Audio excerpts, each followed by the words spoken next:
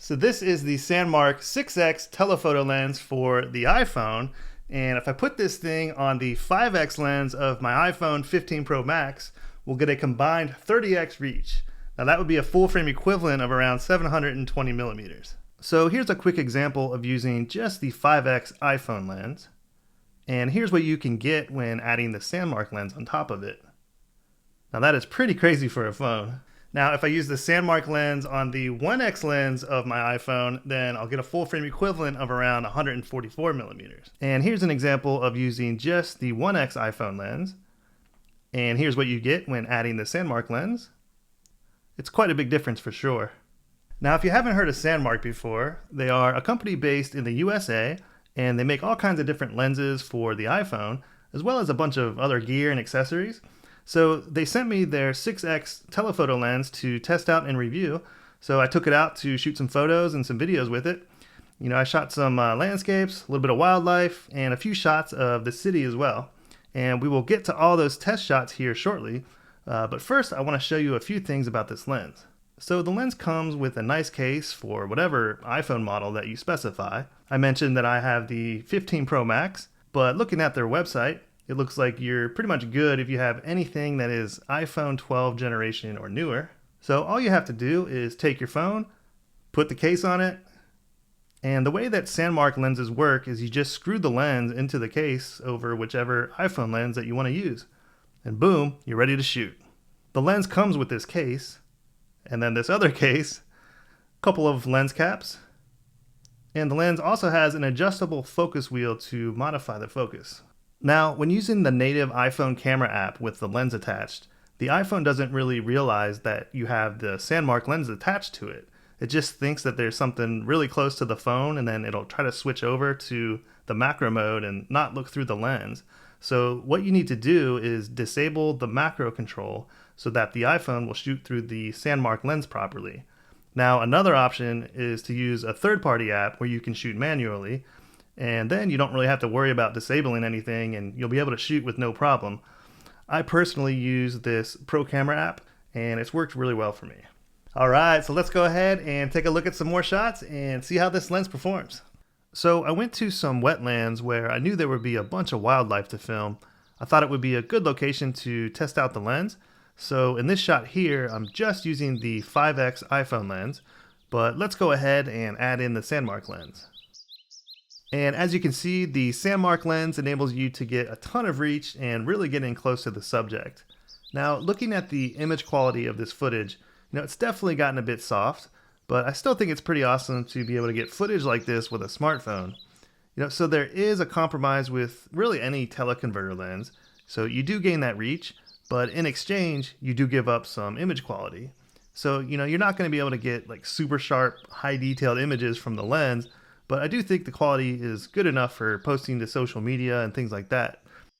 So here's another example of just the iPhone 5X lens. And here's what we get when we add the Sandmarc lens. I think it's pretty cool. I love the reflection going on in this shot.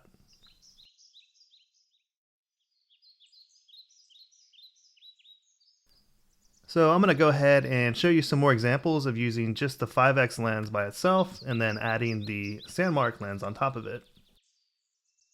Now I do want to point out that it's important to use a tripod or some other way to stabilize when using the iPhone 5X lens with the Sandmarc lens, because with that much reach, it's really going to be hard to get steady footage handheld. So in most of these shots, I was moving the phone around with my hands while it was mounted on a tripod. And we'll go ahead and take a look at a few more examples here, and then we'll move on to some other shots.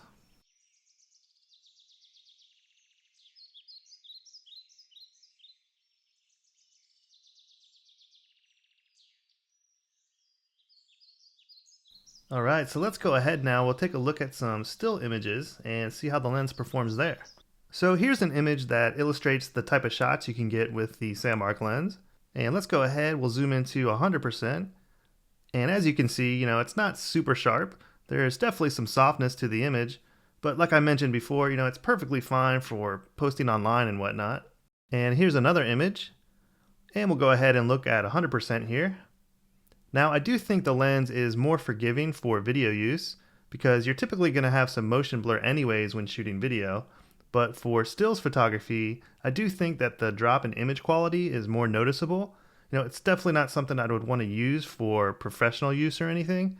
But again, this is a phone camera that we're using here. So with that in mind, it's really not bad at all. And now we're using the 1x lens on the iPhone. And here's what we get when adding the Sandmarc lens. And I think the sharpness holds up a bit better compared to when we were using the 5x lens with the Sandmarc lens. The Sandmarc lens does add quite a bit of versatility to the phone, able to zoom in on these rocks and the water. It's pretty cool. And here's another example of using just the iPhone 1x lens. And then we'll add the Sandmarc lens. You can get in nice and close there. So here's a still image taken with just the 1x iPhone lens. And I'm going to use the Sandmarc lens to get in closer to that mountain in the background. There we go. Now in the corners of the image, I do notice some vignetting or darkening. Now this is easily fixed in editing, or you could just zoom in a little bit when shooting and avoid it altogether. And I also noticed some softness in the extreme corners of the image. But aside from that, the level of detail looks pretty good. Now it's definitely better than when using the 5x lens on the iPhone with the Sandmarc lens. Speaking of the 5x lens, here's more of a landscape shot using just the 5x iPhone lens. And here's what we get when using the Sandmarc lens. Now the detail isn't as good as when using the 1x lens, but it's still pretty awesome to be able to zoom in this far with a phone. And you'll also notice that you don't get any of the corner darkening when using the 5x lens. So next we'll look at a couple more examples of using the 1x lens on the iPhone with and without the Sandmarc lens. So in this shot here, you can see a couple of people and their dogs down by the water. And here's what we get when we put the Sandmarc lens on.